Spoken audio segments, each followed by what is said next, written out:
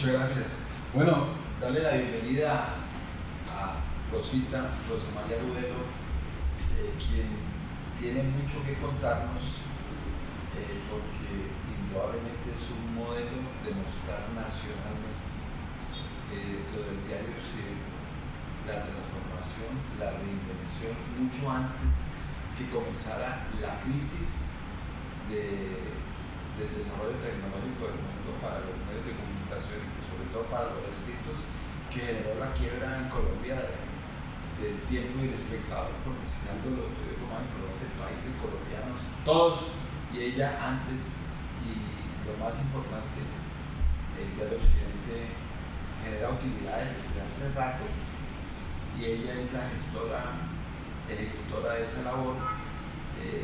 Mauricio Río es su mano derecha.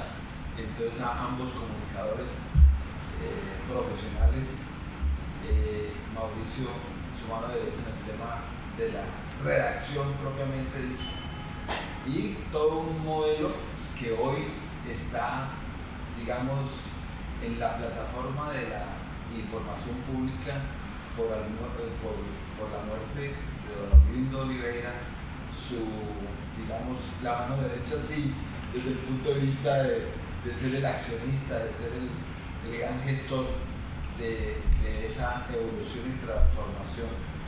Rosita, nuevamente bienvenida, y bueno, usted es la que nos cuenta todas esas hazañas tecnológicas, profesionales, periodísticas, empresariales, y obviamente la solidaridad le hemos expresado personalmente por la muerte de don Olindo. Pues muchas gracias, Ramiro, por la invitación, y a Cali Escribe.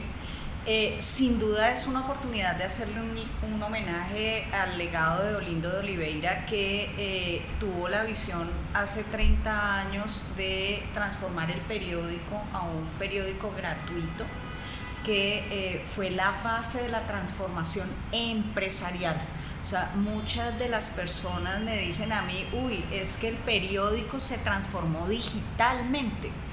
Y hoy en día se habla de una transformación empresarial en el entorno digital, no tanto de una transformación digital. Entonces él tuvo la visión de cambiar su modelo de negocio en un momento muy importante y oportuno, de información paga a información gratuita, anticipándose a lo que serían después las tendencias globales de que las personas no iban a pagar por la información. Entonces ahí empieza una larga historia de muchos retos, de mucha diversión en la generación de nuevos productos y en la incorporación de nuevas tecnologías, porque el concepto era: transformémonos empresarialmente utilizando la tecnología como palanca. Entonces teníamos, digamos, que una visión como de largo plazo de hacia dónde queríamos que llegara la empresa como medio de comunicación. Pero hubo un refuerzo, digamos, desde el punto de vista profesional y de la actualización viendo el mundo externo de parte de Rosa María.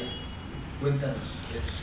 Yo creo que de parte de todos los que estamos en la redacción, o sea, Mauro es mucho más joven que yo, sí, o sea, Mauro tiene como 10 años menos, pero aún los dos en nuestra formación universitaria éramos tradicionales, convencionales. Estudiamos en la era del no internet, o sea, yo soy totalmente análoga en mi formación de Univalle, o sea, yo veía televisión, radio y prensa, ¿sí? O sea, no existía nada más. Entonces sí ha tocado reinventarnos mucho, pero yo creo que nuestra carrera, como la de los médicos y como la de muchos profesionales, o la de los contadores, implica estar todo el tiempo incorporando nuevos conocimientos. Entonces yo creo que eso ha sido un proceso continuo de reinvención, ¿sí?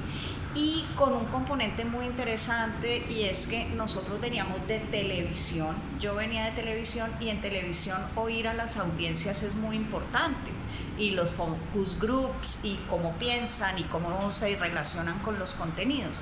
Entonces eso se trasladó a las rutinas del diario para poder satisfacer las necesidades de las audiencias.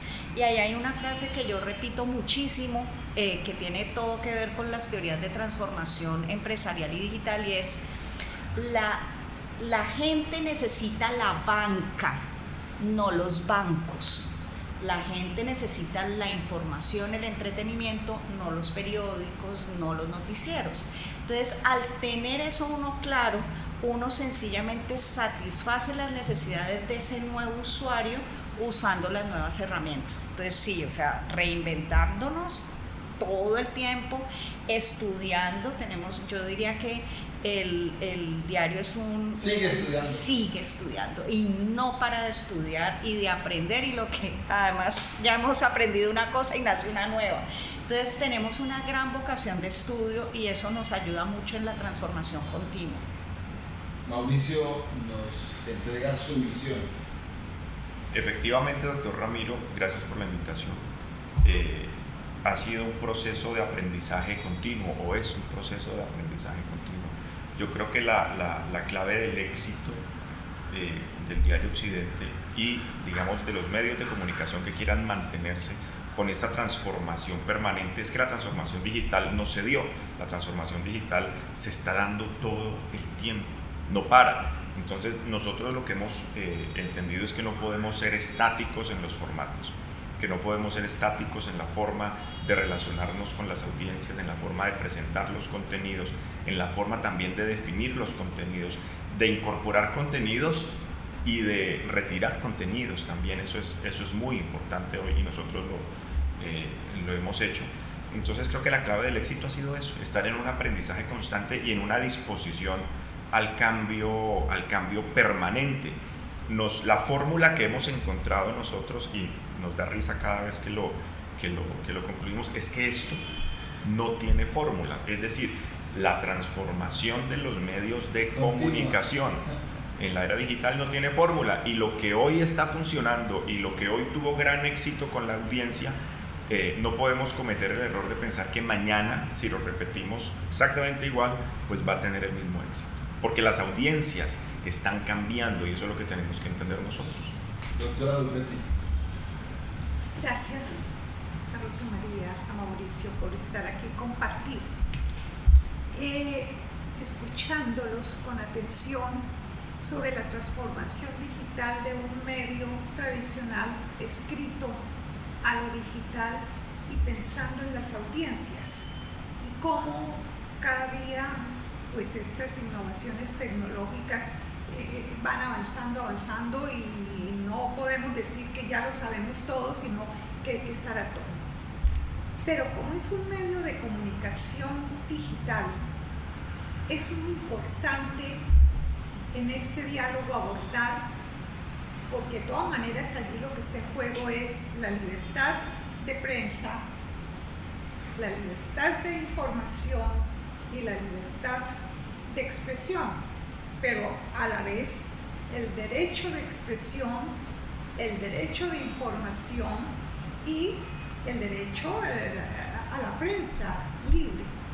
Sobre todo abordar esto porque estamos teniendo este diálogo en un momento tan coyuntural en la vida ciudadana, en la vida del país, que es necesario que como sociedad y como medios reflexionemos, porque los retos que tenemos son muchos. Por ejemplo, la libertad, se habla siempre de la libertad de prensa, de la libertad de expresión, pero resulta que eso es en doble vía. La libertad de información tiene que ser veraz e imparcial. ¿Y cómo logramos esa veracidad en estos medios cuando hay esa cantidad, que Twitter, que Instagram, que cualquier cantidad de cosas, que en YouTube, y nos quejamos con razón de la desinformación, de la manipulación, pero también la gente se fue a eso porque ya perdió credibilidad en los medios. Yo diría varias cosas, o sea, yo creo que lo que hemos cambiado o donde nos hemos transformado y modernizado es en las vías y en los canales que usamos para llegarle a las audiencias, o sea, cómo usamos la tecnología y los nuevos medios para aumentar nuestra capacidad de difusión, ¿sí? Pero los cimientos y los valores sobre los que producimos nuestros contenidos, yo diría que son los mismos hace 62 años, que es lo que tú estás planteando, o sea, nuestros preceptos periodísticos para construir los contenidos, eso no se ha transformado, o sea, nuestros principios, y ahí voy a tener, me das paso para hablar de por qué en el círculo de oro de lo que es la esencia de la actividad nuestra es por qué lo hacemos. Cuando nos pasamos de periódico pago a periódico gratuito, nuestro eslogan era: la información no tiene precio. La información, la gente tenía que pagar por tener acceso a buena información, y nosotros dimos el salto diciendo: esta sociedad debe tener buena información, no así no tenga plata para comprar un periódico, y dimos el salto a la información no tiene precio. Y con todo este tema de las fake news, que no son producto de decir Twitter o no es producto de las redes, sino el tema ético de la producción, pasamos y ahora el eslogan es: la verdad no tiene precio, ¿ya? Entonces, en nuestras prácticas periodísticas, nuestros valores son los mismos, ¿sí? Y es apelar a la verdad, apelar a la independencia, apelar al respeto por el otro, poder ser un canal donde confluyen multiplicidad de pensamientos para construir una visión colectiva de sociedad. Algo importante que quería complementar allí, doctora Luzbeti, es que los medios de comunicación, los medios de comunicación que mantenemos unas prácticas periodísticas basadas en ciertos principios periodísticos y digamos también éticos, nos hemos convertido en esta era de la desinformación por todos esos factores que usted mencionaba, en una especie de validadores. Es decir, la gente también creo que sabe diferenciar muy bien aún entre un medio de comunicación serio y todo este tipo de plataformas que simplemente están buscando clics y audiencia con reproducciones. Entonces nosotros conservamos efectivamente unos principios a los que seguimos aferrados, así cambiemos el formato. Lo que hemos transformado es el formato, y lo otro también es que nosotros conservamos algunas secciones y algunos formatos, eso sí, que no transformamos porque son muy importantes para nosotros, que digamos no lo tienen las nuevas plataformas informativas. Nosotros conservamos nuestra sección de opinión, por ejemplo. Nosotros conservamos nuestra sección de información política, que sigue siendo muy importante para nosotros, mientras que este tipo de portales y de plataformas que han surgido pues van únicamente a la producción de información mucho más ligera, que no quiere decir que nosotros no tengamos también información ligera, porque las audiencias también buscan cierto tipo de contenidos, pero a lo que voy es que nosotros conservamos también información importante. Dicen que se debe mantener una buena mezcla entre lo que la gente quiere ver o quiere leer y también entre lo que la gente debe ver y debe leer. Doctor Pablo, en primer lugar, un saludo a Rosa y aquí a Mauricio. Bueno, yo tengo en mente unas reflexiones un poco diferentes. Miren, sí que la información debe ser veraz, objetiva e independiente. Eso es lo que dice la Constitución. Veraz e imparcial, sí. Bueno, pero veamos eso desde el punto de vista de la realidad, ¿no? Porque es que el problema no es que en la Constitución se plantee una forma ideal de lo que tiene que ser la información y la libertad de opinión y expresión. Porque, ¿qué es lo que sucede? Cuando uno habla de independencia e imparcialidad del periodismo en Colombia y en todo el mundo en general, se encuentra en la realidad con que eso no es cierto. No es cierto. Y no es cierto porque generalmente los medios de comunicación están en manos de determinados grupos muy poderosos desde el punto de vista económico y político, y aunque el director, el dueño del periódico, pues no le dice al reportero ni le dice al director del noticiero diga esto, no diga esto, ellos son en definitiva y en última instancia los que definen la política a seguir. Y el hecho real es que, por ejemplo, cuando hay elecciones, pues los medios toman partido, ¿no? Toman partido en relación con uno o con otro candidato. Y por ese camino se va perdiendo la independencia. O tienen grandes compromisos con anunciadores que tienen mucho dinero y que pues influyen con la pauta, ¿no? en la concepción y en la dirección misma del periódico. Más cuando los periódicos son organizaciones familiares. Y yo lo puedo decir con alguna propiedad, porque a mí me tocó vivir la época del Diario del Pacífico y de Relator, un periódico conservador como el Diario del Pacífico manejado por la familia Borrero, y un periódico liberal manejado por los Savasky de esa época. Y por supuesto, cada uno tomaba partido en relación con los diferentes problemas que se suscitaban en el seno de la sociedad y fundamentalmente en las épocas electorales.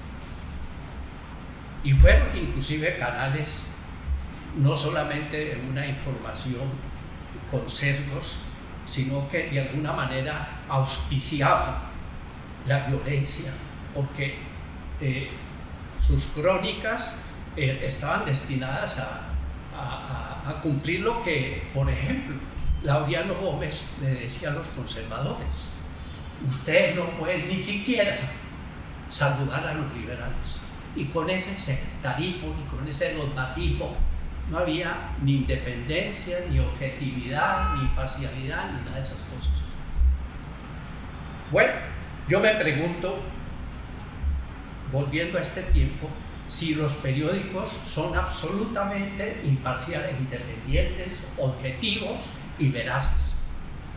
Y lo que yo me encuentro en la realidad es que, por ejemplo, cuando un periodista quiere ser objetivo en la información y veraz y adoptar cierta posición de independencia, le puede costar hasta la vida. ¿Cuántos periodistas en el país han muerto en manos de paramilitares, en manos de gentes que uno no sabe finalmente que son narcotraficantes? Bueno, y porque simplemente quieren que la noticia corresponda a una realidad que sea objetiva y que sea veraz. O que no sea. O que no sea. Sí, exactamente. Sí, el poder no quiere que sea. Miren, y para no especular, refiriéndonos un poco al discurso pronunciado por el presidente Gustavo Petro ayer, una de las cosas que dijo, por ejemplo: nosotros, el gobierno, no chuza, los que chuzan son nosotros, como quien dice, sus enemigos, que pues ya los cuenta en la mano, periodistas, entre otras cosas, que ya son enemigos, porque cuando comentan alguna posición del presidente, entonces es enemigo del gobierno. Aquí no se puede hablar ni decir ninguna palabra por fuera de las consignas y por fuera de los discursos y las formalidades del gobierno, porque o se es fascista o se es cualquier cosa. Bueno, entonces miren cómo son las cosas. Uno tiene que partir desde la realidad en ese caso, y esa realidad en nuestro país ha sido terrible. Es decir, lo que han tenido que sufrir los periodistas y algunos medios de comunicación alternativos que hay en las regiones, no digamos en las grandes ciudades, en las regiones, ha sido terrible. Y sigue siendo terrible, porque aquí no se cumple ese principio constitucional de la independencia, de la objetividad y la veracidad. Esos son puros cuentos. Bueno, finalmente quiero decir esto. Pues habrá que rendirles cierto culto a quienes desde las tribunas periodísticas hacen todo el esfuerzo, ¿no?, por divulgar, por darle participación a otros sectores políticos para que expresen sus ideas. A mí me parece que en medio de toda esta cosa eso vale mucho. Y yo creo que de alguna manera el Occidente pues ha permitido eso. Yo veo algunos columnistas allí, algunas personas que pueden expresar libremente sus pensamientos, y eso está bien. Y por eso pues yo quiero resaltar esa labor que vienen realizando ustedes. Yo vería ahí muchas cosas. La primera, yo creo que uno no puede generalizar. O sea, la prensa no es independiente, no es objetiva, ¿sí? O sea, no cumple los preceptos constitucionales. O sea, yo creo que ahí hay una generalización tan compleja como la que hace el presidente cuando dice es que la prensa no quiere a Francia Márquez porque es negra. Sí, o sea, esas generalizaciones yo creo que no convienen y no funcionan. Yo creo que el gran valor que tiene Colombia es la pluralidad en la conformación de su sistema de medios, ¿ya? Entonces, por ejemplo, en el caso de la televisión, nosotros tenemos en el canal regional 3 noticieros, ¿ya? Tenemos en la composición de prensa, tenemos fácilmente 4 o 5 periódicos que atienden el mercado local. En la conformación de nuestros medios comunitarios, en la conformación de nuestros medios de radio, por ejemplo, y no todos satisfacen al único mismo interés. Entonces, digamos que en esta conformación tan diversa del ecosistema de medios, nuestra sociedad tiene acceso a muchas visiones, y creo que en esa complementariedad es donde uno puede también hablar de independencia, de confrontación de visiones. Eso como planteando el universo y el ecosistema. Yo no puedo hablar de la prensa en general o de cómo funcionan los preceptos y los intereses particulares. Yo trabajo hace 30 años para un grupo económico que tiene unas inversiones en un medio particular, ¿cierto? Y en el caso de nosotros, nos dejan pensar, nos dejan actuar, nos dejan hablar. Obviamente los medios de comunicación tienen pensamiento, ¿sí? Y tienen posiciones y conceptos y visiones frente a determinados temas. O sea, también aspirar como esa neutralidad y esa forma tan gris de ver las cosas es difícil en una industria que a su vez tiene pensamiento. O sea, ¿qué pensamos frente a un suceso? ¿Cómo lo valoramos? ¿Cómo informamos? Ahora, en la medida en que, por ejemplo, nosotros, a pesar de tener una visión y una posición, permitimos desde el respeto el disenso. O sea, no quiere decir que yo tenga que ser totalmente neutral frente a me gusta, no me gusta, me parece, no me parece, por ejemplo, en torno a las reformas. O sea, el diario puede considerar que en este momento una reforma, por ejemplo, laboral, puede no ser generadora de empleo desde su visión como empresa. Pero eso no quiere decir que no podamos darle o que no le demos voz al que considera que sí es una reforma necesaria y satisfactoria. Entonces yo creo que no hay que satanizar tanto a los medios, ¿sí? En primer lugar. En segundo lugar, el hecho de que sean de grupos económicos no los vuelve perversos a partir del interés general y de la defensa absoluta de unos valores, ¿ya? Y lo que debe defender esta sociedad es que no caigamos en monopolios de la información, ¿sí? O sea, para que las audiencias cada vez sean más, con unas posiciones más críticas frente a la capacidad que tienen de analizar el mensaje que producen ciertos medios. Y en ese sentido, creo que el presidente se equivoca en satanizar que toda la prensa defiende el mismo interés y que toda defiende un interés contrario a lo que él significa, porque ahí debilita todo un sistema informativo que es importante en su diversidad para el país. La reflexión del doctor Mauricio.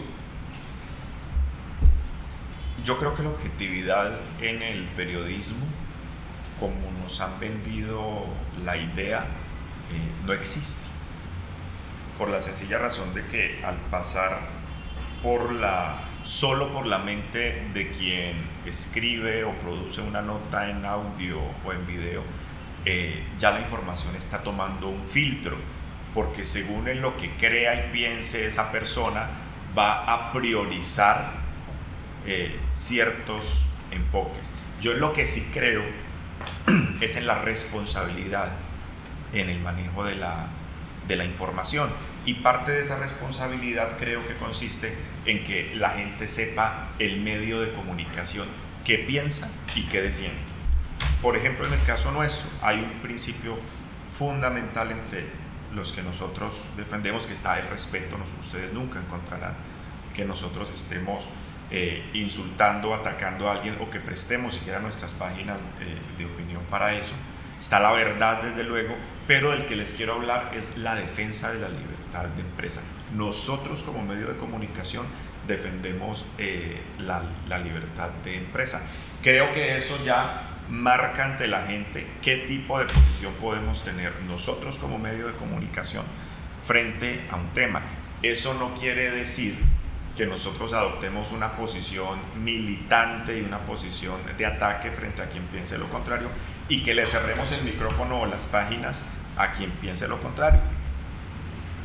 Por el contrario, visibilizamos las dos visiones, pero creo que tenemos un enfoque, en el caso informativo, de lo que tenga que ver con la economía del país, de la defensa de la libre empresa.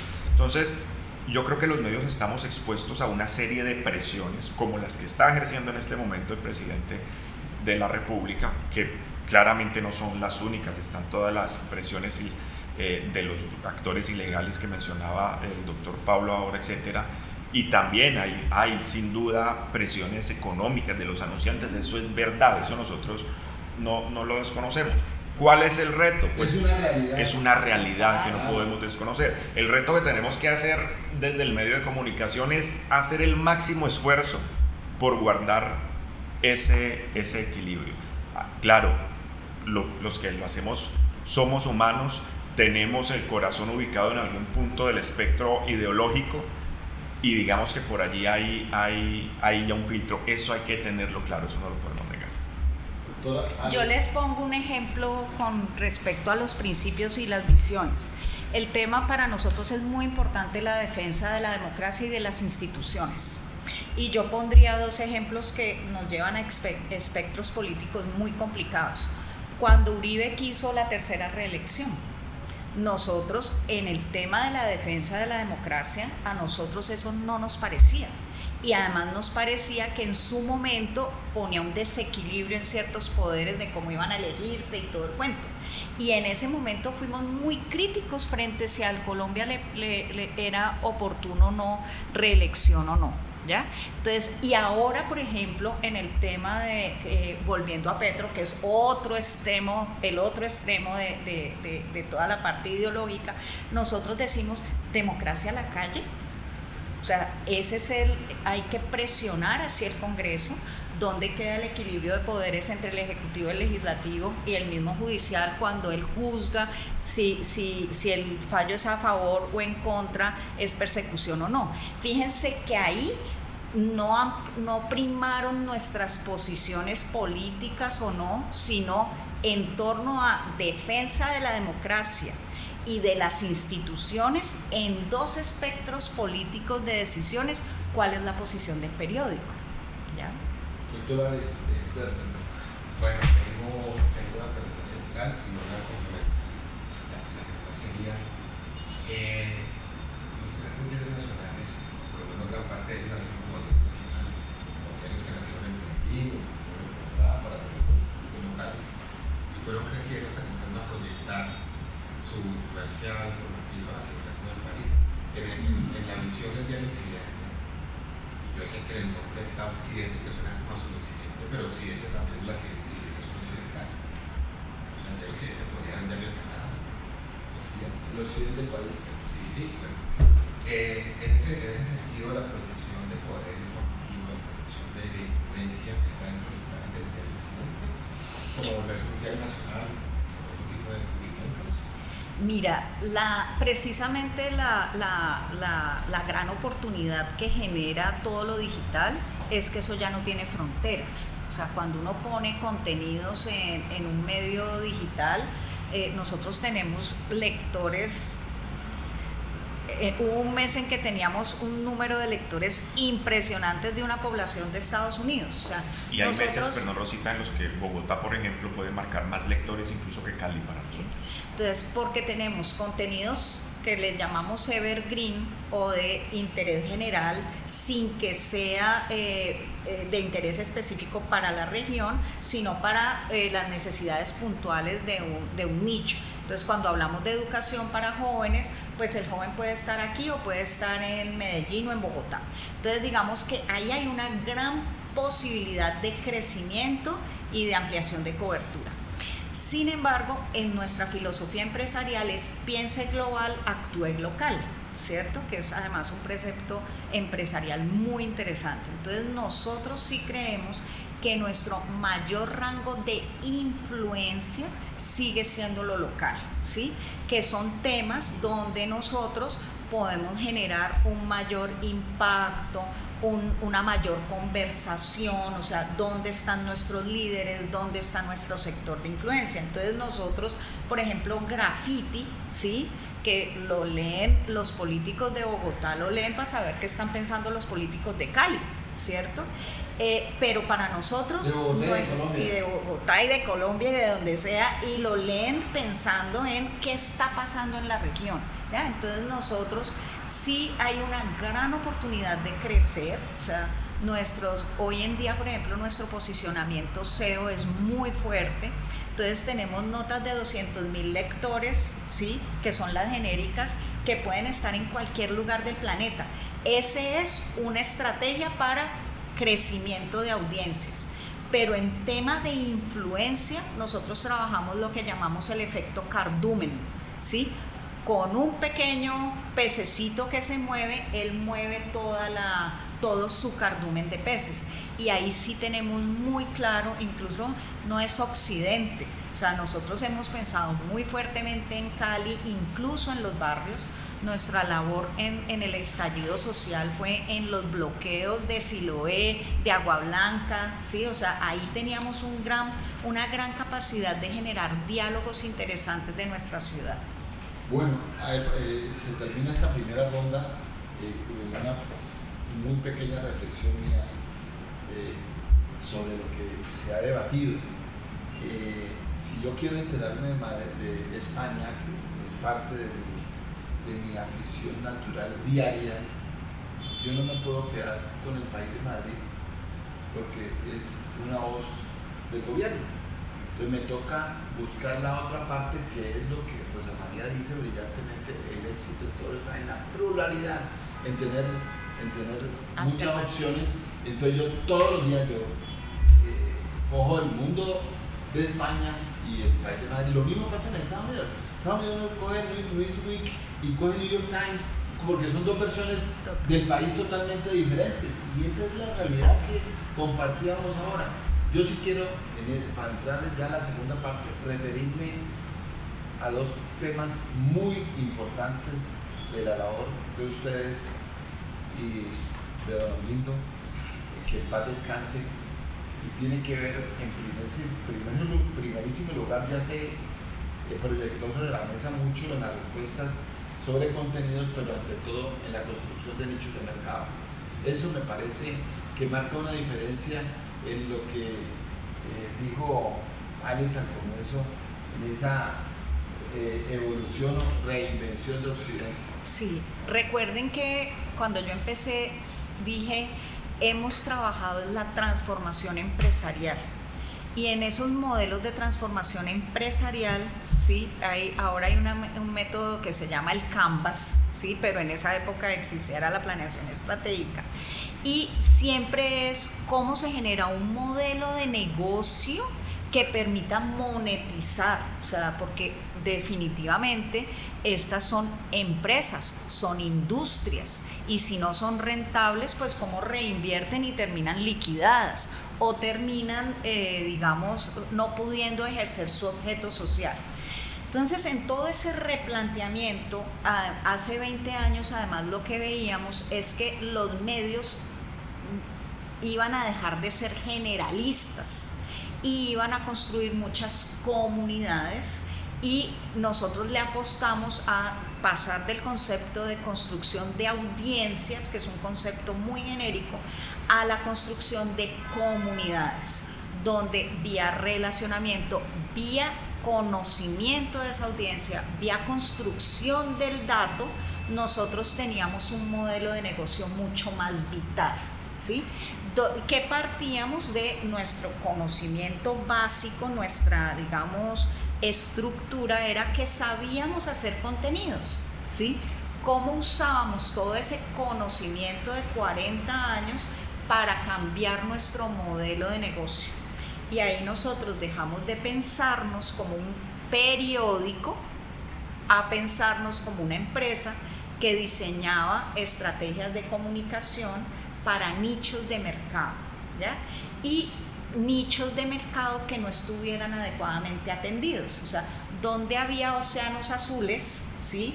Donde no estuvieran los grandes medios, las grandes audiencias, y que hubieran necesidades informativas para esas audiencias, y que a su vez hubiese anunciantes interesados en monetizar esas pequeñas audiencias. Mauro, nos complementa, y de qué manera. Es que algo muy importante, doctor Ramiro, en esa definición de la estrategia, y que creo que vale la pena dejarlo claro porque hemos estado hablando mucho del digital, es que el impreso sigue cumpliendo un papel muy importante en esa estrategia integral de comunicaciones de la que habla Rosa María. Lo que pasa es que igualmente tenemos definido un nicho, y no sé, probablemente donde ustedes viven no lo vean, porque estamos definidos es para el estrato 3, estamos en todo el centro de la pirámide socioeconómica, que además es el estrato más grande del laboratorio. Sí, hay modelos, sí hay, ya lo sacó el estrato. No, pero digamos, es una mezcla, y de hecho las estrategias... ¿Están en el estrato 3? No, doctor Ramiro, mire, el estrato 3 está cerca del 40% de la ciudad, entonces haga la cuenta. O sea estamos en el estrato 3, usted no se se va a un estrato. Un millón Es muy grande. Es muy grande. Ustedes manejan una ciudad. Sí. Entonces, las estrategias que mezclan lo digital y el impreso, pues terminan siendo las más exitosas, porque les llegamos a las personas que, obviamente, como ustedes están ya súper familiarizados con todo lo digital, se informan por allí, pero también les llegamos a las personas que prefieren o quieren tener un periódico, que además en la condición económica actual no tienen para comprar un periódico todos los días, y se vuelve una herramienta poderosísima, un periódico gratuito que conservan en su casa por varios días. ¿Cuántas veces impresos salen a la semana? Nosotros imprimimos todos los días que se necesiten y todos los ejemplares que se necesiten para claro, cumplir con una estrategia. Pero normalmente mínimo una vez. Mínimo. De ahí Lo que se necesite. Doctora López. Sí, unas reflexiones en general, porque cómo dejar pasar este momento sin hablar del No, derecho de tenemos ya 15 información y todo. minuticos. Sí, señor, yo lo sé. El hecho de que exista una pluralidad, lo voy a hablar como ciudadana, no como columnista. El hecho de que exista pluralidad de medios de comunicación a nivel nacional y a nivel local no significa que se le brinda por parte de ese cúmulo de medios una información realmente veraz. No es objetiva porque la Constitución y los tratados internacionales no hablan de objetividad, entre otras cosas, y tampoco de neutralidad, porque es que eso no es posible, porque todos tenemos una determinada forma de pensar, nos gusta más esto o aquello, pero como el derecho a la información es fundamental, además es un derecho humano, además está garantizado por cantidades de tratados internacionales y por las sentencias de la Corte Interamericana de Derechos Humanos y por la Corte Constitucional, pues es necesario hablar. Y todo este cúmulo de normas que los abogados llamamos el bloque de constitucionalidad, lo que dice es, en relación con la veracidad, de que se debe tratar en lo posible en que se convierta en un filtro una serie de análisis divergentes al pensamiento del director o del editor. Desafortunadamente, como oyente, como lectora, como televidente, eso no se logra. Y ese es un problema y la ciudadanía no está suficientemente informada. Hay un cúmulo que llamamos de información, pero no está. Y resulta que ese derecho de expresión y ese derecho de información tiene que ver con la democracia. Son pilares fundamentales de la democracia. Y ese es el gran reto. ¿Cómo hacemos desde los medios, en el caso de Cali Escribe, alternativos, para que esa información lo más veraz posible llegue a la ciudadanía, porque estamos formando opinión, y que esa ciudadanía pueda realmente responder en forma libre? El mejor ejemplo de lo que debemos hacer y no hacer es lo que ha pasado en los últimos días con las publicaciones que una revista nacional viene haciendo y con el discurso de Petro. Entre otras cosas, yo considero que eso merece unas reflexiones desde la academia con los alumnos, porque no le podemos impedir, y el gobierno no le puede impedir a esa revista que no publique unos audios. Y tampoco se deben quedar como se han quedado la mayoría de los medios grandes, poderosos, en la discusión de que Benedetti es un grosero, es un mal hablado, que lo es, pero el presidente lo sabía, y que tiene unas debilidades. El presidente lo sabía porque no lo conoció ayer, ni en la campaña, trabajaron juntos. La discusión no es de forma, la discusión es de fondo, porque aquí está de por medio la democracia. Hubo dineros ilegales. Petro ayudó con su voto a que se aprobara esa norma legal que dice que si entran, se pasan de los topes, se pierde la presidencia, la fórmula. Por eso es que el Consejo Nacional Electoral en este país nunca hasta ahora ha dicho que entraron dineros ilegales a la campaña de Duque o a la campaña de Juan Manuel Santos o a las otras campañas, porque la consecuencia jurídica, política, es que se perdió eso. Entonces el temor a que se pierda, hagámonos pasito. Esa es una reflexión. Él dice que es el gobierno del cambio. Vamos a cambiar. Claro, no vamos a poner la mira solamente en el gobierno Petro. Hay que hacer cambios. ¿Qué pasó? con los anteriores, porque hay investigaciones en curso. Entonces, a mí me parece que en la gran conclusión, en este momento tenemos reto, no podemos dejarnos silenciar, director, como columnistas no nos podemos dejar silenciar, porque nos están intimidando.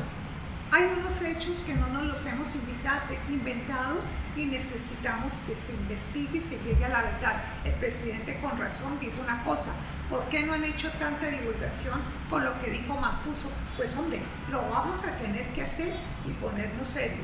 Pero no solo lo que dijo Mancuso, sino que la verdad es mucho más profunda y este país con su desastre no empezó ni termina con Uribe, viene de atrás. Entonces, aquí no podemos seguir promoviendo odios. Finalmente, querido director y queridos invitados, sí señor, resulta que la Corte Interamericana de Derechos Humanos en sus sentencias, y la Corte la cito porque al presidente le gusta mucho lo que ella dice y vaya, dice que no se puede presionar a quien expresa una opinión, y en este caso a los medios, por cuestiones raciales, culturales, socioeconómicas, y eso es lo que se está haciendo desde el poder. Se está promoviendo odios socioeconómicos y raciales. Yo haría una... ¿Por qué no hacemos lo siguiente? Porque si no, la siguiente ronda se nos muere. Entonces, Rosita y Mauro nos escuchan y una respuesta, y entonces de ahí podemos avanzar en la otra ronda, porque si no hay tiempo. Doctor Pablo. Y bueno, no queremos matar la ronda. Este tema, pues, de derecho a la información y a recibir información, lo mismo que los otros temas que se han tocado, el pluralismo, de la democracia, ameritan otro debate, porque esto no podemos limitarnos pues a una especie de discurso o a unas cuantas palabras, porque esto tiene un contenido mucho mayor. Mire, el pluralismo pues es sin lugar a duda una concepción democrática, progresista, frente al hecho de que haya unos gobernantes o unos directores de periódico que imponen su manera de pensar y de ser. Por supuesto que sí, eso no lo vamos a discutir. Algo más, mire, uno de los avances que tuvimos con la Constitución del 91 fue eso, que metimos en la Constitución el pluralismo ideológico y político. Eso es importantísimo, por supuesto, porque si ustedes recuerdan, en la época del Frente Nacional no había posibilidades ni libertad de información, ni de recibir información veraz o objetiva, no había nada de esas cosas. Y no tengo por qué hablar más de eso en el Frente Nacional. Con la Constitución del 91 se amplió la visión pluralista, el pluripartidismo. Por eso es que después de que se aprobó por la Constituyente la Constitución del 91, surgieron como 70 partidos. Bueno, como expresión de ese pluralismo. Y medios alternativos. Pero, ¿qué está pasando en este momento? En este momento, en todo el mundo civilizado, es el mundo de Occidente, ¿no? ¿Qué es lo que está pasando? Que las clases dirigentes cada vez más abandonan ese pluralismo, esa democracia que la concibieron como la forma ideal para gobernar. Ese es el hecho real. Eso es lo que estamos palpando, ¿no? Que hoy el pluripartidismo se convirtió en monopartidismo y terminó porque es el Ejecutivo, por ejemplo, en los regímenes presidenciales o en los regímenes parlamentarios con el primer ministro, los que dicen la última palabra. Esa es una realidad. Cada vez esta clase abandona su propia legalidad, su propia democracia. Y finalmente, mire, ¿por qué creen ustedes por ejemplo, que en Colombia y en esta ciudad han surgido esos medios alternativos. ¿Por qué creen ustedes? Porque los grandes periódicos no les dan cabida a esos sectores. A mí me da mucha pena, pero al país no llegan sino determinadas personas. Y lo decimos de una manera personal. Nosotros escribimos algunos artículos en el país y cuando comenzamos a hacer unas críticas con base en fundamentos con el alcalde de hoy, inmediatamente no volvieron a publicarnos. ¿Por qué? Porque para ese momento el país estaba de acuerdo con los planes y los programas del señor alcalde Jorge Iván. Bueno, estaban tomando partido. Ahora, yo pienso una cosa: todos tenemos una determinada concepción filosófica, política, económica, lo que sea, y en algún momento tomamos partidos por una causa o por la otra. Eso es legítimo, yo no estoy criticando eso, pero mire, también los científicos nos echan cuentos y también los científicos se prestan con los políticos para hacer cosas terribles. ¿Quiénes construyeron la bomba atómica? ¿Los políticos o los científicos? Los científicos, los que se llevaron de Alemania para los Estados Unidos y allá terminaron de construir la bomba atómica. Y a la hora de la verdad, ¿qué pasó? Bueno, había un grupo de científicos que no estaba de acuerdo con bombardear a Hiroshima y Nagasaki. Dijeron, no, eso no puede ser. Más cuando los japoneses están reducidos a su territorio y están prácticamente derrotados. Pero se impuso la política y hubo científicos que salieron a defender eso. Como hay sacerdotes y curas que salen a defender su religión, católica, protestante, lo que sea. Bueno, eso es legítimo. Solo que en eso hay que hacer un análisis a fondo racional, ¿no? Porque hay cosas que en apariencia, ¿no?, son muy buenas. La defensa de los intereses particulares de los grandes monopolios disfrazados de interés general. Es lo que pasa. Y eso es lo que los periodistas tienen que ver. Porque el periodista escribe, el periodista tiene que estar de acuerdo con lo que sucede en la realidad, una realidad dinámica que cambia completamente. Y finalmente, doctora... 2 veces finalmente. Bueno, 2 veces. Y finalmente... Es que el tiempo... No, yo sé. Doctor, 8 minutos yo. Sí, yo sé. Finalmente, cuando usted habla de que yo estoy haciendo una generalización, mire, lo general solamente existe a través de lo particular. ¿Y qué es lo particular en el caso que yo anotaba? Que hay innumerables periodistas asesinados y medios cerrados y medios que no pueden decir nada y medios que los censuran por cualquier razón. Eso no es generalizar, eso es concretar una realidad existente. Doctor Alex, bueno, en este contexto de la libertad de prensa, ahorita vi que mencionaste que había una posición, que la posición era la defensa de la empresa. Como parte de eso. Pero eso es lo que dice la Constitución. Pero, ¿qué significa esa defensa de la libre empresa? Es una defensa contra un modelo ideológico que podría llegar, o contra una reforma laboral, o contra algo socioeconómico global mucho más grande. Entonces, como precisión en esa frase de defendiendo la libre empresa. ¿Qué significa libre empresa? Yo me abstengo por falta de tiempo de intervenir. Bueno, escuchar la voz y para arrancar la última ronda muy breve. Yo partiría de la pregunta puntual. O sea, por ejemplo, cuando nosotros decimos uno de nuestros preceptos es libertad de empresa, y si una propuesta de reforma habla de acabar la prestación de unos servicios vía estatizar totalmente esos servicios, ahí nos pondría una visión frente a eso, ¿ya? O por ejemplo, unas actividades violentas que afecten el buen desempeño de una empresa en un territorio vía unos bloqueos, vía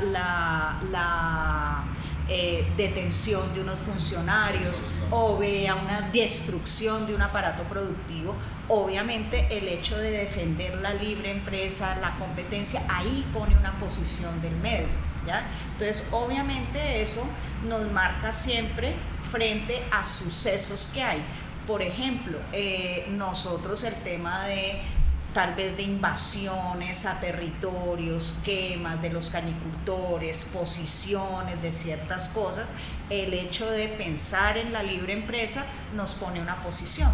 La gran ventaja es que nuestras audiencias, y ahí me metería a lo general, yo creo que hemos hablado mucho de los medios, la libertad de expresión, la libertad de opinión, y estamos subestimando un poquito el poder de las audiencias y cómo se construyen hoy audiencias. Acuérdense que hoy estamos en la era de los prosumidores. Yo produzco, consumo y me retroalimento. Entonces yo creo que eso además también pone a los medios de comunicación, en el caso del Diario Occidente, sabiendo que nos leen gente de muy diversas orillas. Por lo tanto, si uno no satisface esas necesidades informativas, pierde audiencias también. Entonces yo creo que ahí en este nuevo escenario digital hay que pensar muy bien cómo se consume esa información y cómo se construye hoy la opinión pública, ¿sí? Asumiendo que yo no consumo solo postre, solo sopa o solo ensalada. O sea, el que consume semana, consume otra cosa, está expuesto a influencers, está expuesto a redes digitales. Por lo tanto, su construcción de su opinión está mediada por mucho tipo de contenidos. Y eso hace que la gente también tenga una posición crítica frente a ciertos contenidos que puede recibir. Yo solo, para ser muy breve, más información, que es lo que tenemos ahora, la producción de información de todas las calidades, si es que se le puede llamar calidad a algunos niveles. No necesariamente quiere decir que haya mejor información ni una ciudadanía más y mejor informada. Usted ha hablado, doctora Luzbetti, por ejemplo, del trabajo que hacen ustedes en Caliescribe, que digamos trabajan temas de ciudad en profundidad. Esa información está allí, pero también hay cualquier cantidad de información chatarra en la red a la que la gente tiene acceso, y yo creo que también uno como ciudadano tiene la libertad y al mismo tiempo la responsabilidad de escoger cómo y a través de quién y de qué medios y de qué plataformas se informan. Y allí, digamos, no es que nos libremos los medios de comunicación de responsabilidad. Yo insisto en que algunos medios tratamos de hacerlo lo mejor posible y lo más responsable posible con todos los defectos que tengamos, pero por Dios, el ciudadano decide si ve Semana, si ve Caliescribe, si ve Occidente, o si prefiere informarse por los chistes de fulanito de tal y las bromas que tiene no sé cuántos millones de seguidores en las redes sociales. Bueno, nos quedan 9 minuticos y yo quisiera que nos concentráramos en ese modelo informativo periodístico que generó toda una oferta comunicacional por parte de ustedes y de don Orlando Oliveira. Y más que eso, hacerle un homenaje a él, que merece haberle aportado a esta región su trabajo, que es lo más valioso, su inteligencia, su gran querer, su querencia por querer conocer cada momento un poco más de la historia de Cali, el Valle del Cauca y su contexto, y haberle hecho ese aporte global, internacional, permanentemente a sus actividades del periódico tan importantes, que le generó ese modelo que hoy es y sigue siendo exitoso, obviamente en esa primogenitura de él, pero también por el acompañamiento de ustedes brillantemente hecho durante tantos años. Yo sí quisiera, en ese homenaje que Rosa María y Mauricio, que tuvieron interlocución conjunta y separada con Don Olindo, pudiéramos dejar como historia esas anécdotas de esas características que yo he hablado, de un conocimiento que tuve en 2 o 3 reuniones con él privadas y que me permitió siempre tener signos de admiración y de gratitud como vallecaucano. Esa experiencia de ustedes sería muy grato que nos quedara históricamente en el relato. Las administrativas, las periodísticas, porque además él fundó una escuela muy interesante. Creo que el gran valor era que era un empresario, ¿sí? Y que por lo tanto era pragmático, era disciplinado, era de visión de largo plazo, era enfocado en que las cosas tienen que ser exitosas y que los proyectos, para que puedan aportarle a la sociedad, pues pasan por una sanidad financiera, ¿sí? La plata no es todo, pero es importante, ¿sí? O sea, y eso lo tenía él clarísimo. Segundo lugar, dispuesto a invertir. O sea, él le invirtió al proyecto sin esperar nada a cambio cerca de 10 años, y después empezamos a generar. Tercero, reinvertía sus utilidades. O sea, cuando empezamos a generar utilidades, él invierta. En tercer lugar, europeo, ¿sí? Con una visión del mundo muy diferente, ¿sí? Entonces era siempre innovador, observador, ¿ya? Creo que el gran legado de Don Olindo, yo lo defino que él era una persona, él era rumiante, ¿sí? O sea, y un rumiante tiene 4 estómagos. Entonces él era una persona que tenía la capacidad de analizar, pasar, nunca fue apasionado. Entonces él podía tomar decisiones esperando y viendo el impacto de largo plazo. Y eso modificó mucho nuestra forma de pensar empresarialmente. Tradicional, pero no apegado al pasado. Si uno no se apega al pasado como empresa, como le pasó a Netflix, como no lo pudo hacer Blockbuster, como no lo hizo Kodak, si uno no se apega al pasado, sino que aprende de sus lecciones del pasado, puede proyectarse mucho mejor al futuro.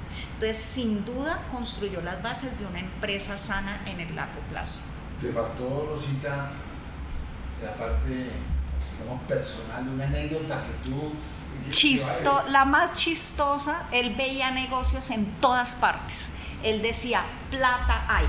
Y un día llegué a la sala, a la oficina de él, y él me dijo, mira, él hablaba muy mal español, mira, creo que hay un error de ortografía en un edicto. Me va a tocar leer los edictos y corregirlos. Entonces yo le dije, ¿usted qué hace leyendo los edictos? Entonces me dice, es que en los edictos hay remates. Es que hay negocios en todas partes. Los edictos es lo primero que yo leo. Después de graffiti es lo que yo sigo leyendo. Entonces ahí yo aprendía que él efectivamente tenía una gran visión en temas. En los edictos hay negocios pequeños y él era un ser muy rico. Y él siempre me decía, y es que además cuida los pesos, que los millones llegan solos, ¿verdad? Entonces esa sería como la que a mí más lección me dio de su parte personal. A nosotros nunca nos dieron como un decálogo de los principios editoriales que debían regir el diario Occidente. O sea, Don Olindo no nos dictó, es esto, 1, 2, 3, sino que a través de charlas, de irnos conociendo en almuerzos, en reuniones, en llamadas y todo eso, pues fuimos conociendo cuáles eran esos principios que él quería que rigieran el diario. Y les cuento esta anécdota para ejemplificarlo un poco, y que tiene que ver además con las presiones de las que hablaba el doctor Pablo ahora, que tenemos los periodistas todo el tiempo. Alguna vez escribí algo que le molestó profundamente a una senadora poderosa, además muy amiga de Don Olindo. Y cuando me desperté, yo no madrugo, eran por ahí las 7:30 de la mañana y la senadora me había escrito un mensaje por WhatsApp como a las 6 de la mañana que decía: deja de escribir bobadas, le voy a decir a Olindo. Me amenazó con ponerle la queja. Yo le dije: hable con él. Por el tema del jet lag, que él tenía su horario de sueño distorsionado por moverse entre Portugal y Colombia, pues yo sabía que no lo podía llamar tan temprano. Esperé un tiempo prudencial y después de las 10 de la mañana lo llamé. Le dije: don Olindo, lo llamo porque le van a poner quejas mías. Y soltó la carcajada y me dijo: se te adelantaron. Ya la senadora lo había llamado y me dijo: mira, no tengo nada que decirte porque lo que tú escribiste es la verdad. Entonces allí yo comprendí que para él era muy importante el tema de la verdad, y con ese tipo de situaciones, muchas otras también anecdóticas que son muy divertidas y que además nos gusta mucho recordar con Rosa María para tenerlo presente, nos fue inculcando los principios con los que nosotros trabajamos en el diario. Fue una persona que además con el paso del tiempo nos brindó su amistad y mucha confianza, porque nos dejó hacer demasiado, probablemente muchas locuras, sobre todo el invento aquí de Rosa María, y nos dejó hacer y dio resultado. Un mensaje final, Rosita, futurista del Diario Occidente. Yo creo lo vamos a extrañar mucho, sí, lo vamos a extrañar mucho, pero tuvimos 30 años de lecciones continuas, ¿ya? Y creo que siempre tendremos que abrir en la pregunta que tú cerrabas el otro día en la misa: ¿qué diría don Olindo? ¿Sí?